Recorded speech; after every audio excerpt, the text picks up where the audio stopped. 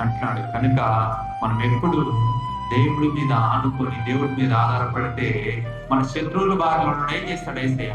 మనల్ని ఖచ్చితంగా తప్పిస్తాడు. మన బాధల్లో, మన కష్టాల్లో, మన నష్టాల్లో, మన వేదనలో ఖచ్చితంగా యేసయ్య మన ఎడల కార్యాలు చేస్తాడు. ఈ అశాశ్వతమైన లోకంలో ఉన్నాం కనుక మనము దేవుడి రాకడకి సమీపంలో ఉన్నాం కాబట్టి మనం ఏం చేయాలి?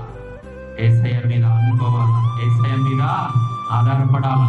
మనం ఎప్పుడైతే దేవుడి మీద ఆదుకొని యేసయ్య మీద ఆధారపడి, ప్రభువా నువ్వు తప్ప మాకు లోకంలో ఎవరు లేరు నాయనా, నువ్వే మాకు ఆధారం ప్రభువా, నువ్వే మాకు దిక్కు నాయనా అని మనం ఎప్పుడైతే దేవుడి మీద ఆధారపడి దేవుడి మీద ఆనుకుంటామో, యేసయ్య మన ఎడల దయా కనికరము గలవాడు.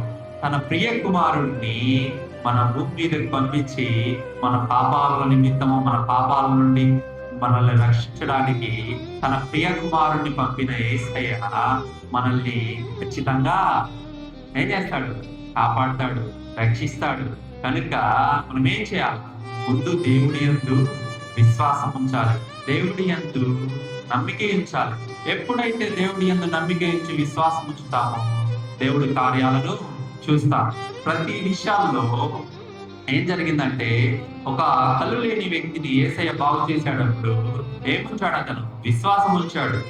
అనేక రకమైన విషయాల్లో దేవుడి యందు విశ్వాసం ఉంచాలి.